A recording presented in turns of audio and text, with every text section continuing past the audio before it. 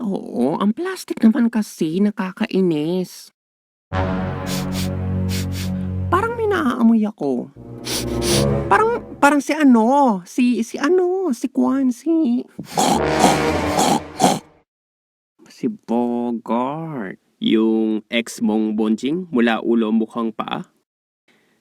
Ano ba yan? Ang daming pwedeng maamoy yun pa! Puwisit ang buhay to. Oo, kainis! Shit!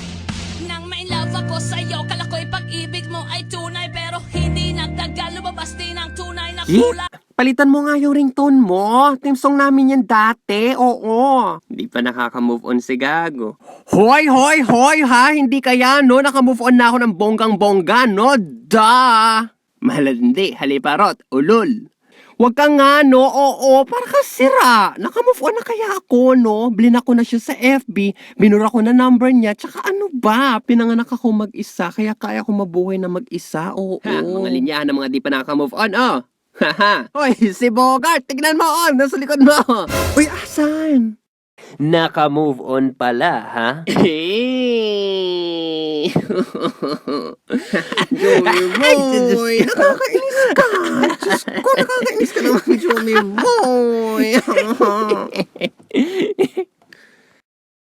Ay, di na to joke. Tingnan mo, nandun na siya sa likod mo. Hoy, di na ako naniniwala. Oo, no? Wala na akong pake. Oo. May kasama siya, mas maganda, mas sexy, at mukhang matalino. Hay nako, Joey Boy, mabuti pa. Tingnan mo to listahan ko. Oo, eto. Listahan ba to? Blanco to ah. Yan, listahan yan ng mga pake ko. Wala akong pakialam, no?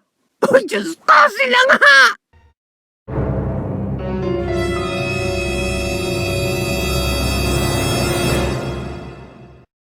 Hala, bakit ngayon pa kung doon ang pangit-pangit ko? Di ko naman inaasahan to. Diyos ko, bakit ngayon pa nakakainis? Oo. Barnis, konting payo lang ah.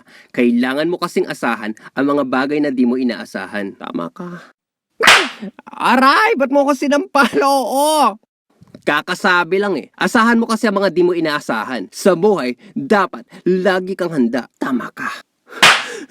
Ano ba yan, Joey Boy? Heartbroken na nga ang tao. Oo na. Huwag mo na ako sampalin. Oo na.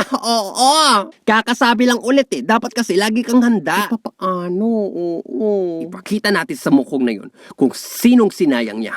Yeah! Yeah. Hindi ganyan. Dapat may gigil parang ganito. Yeah! Yeah! Yeah! Yeah! Maraming salamat, Joey Boy. Isa kang tunay na kaibigan. At dahil dyan, magpanggap kang boyfriend ko. Ipakita natin kay Bogart na di ko siya kailangan sa buhay ko.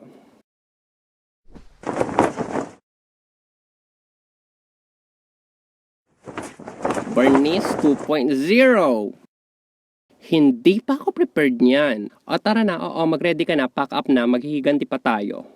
Magtatagumpay kaya si Bernice at Joey Boy sa kanilang binabalak?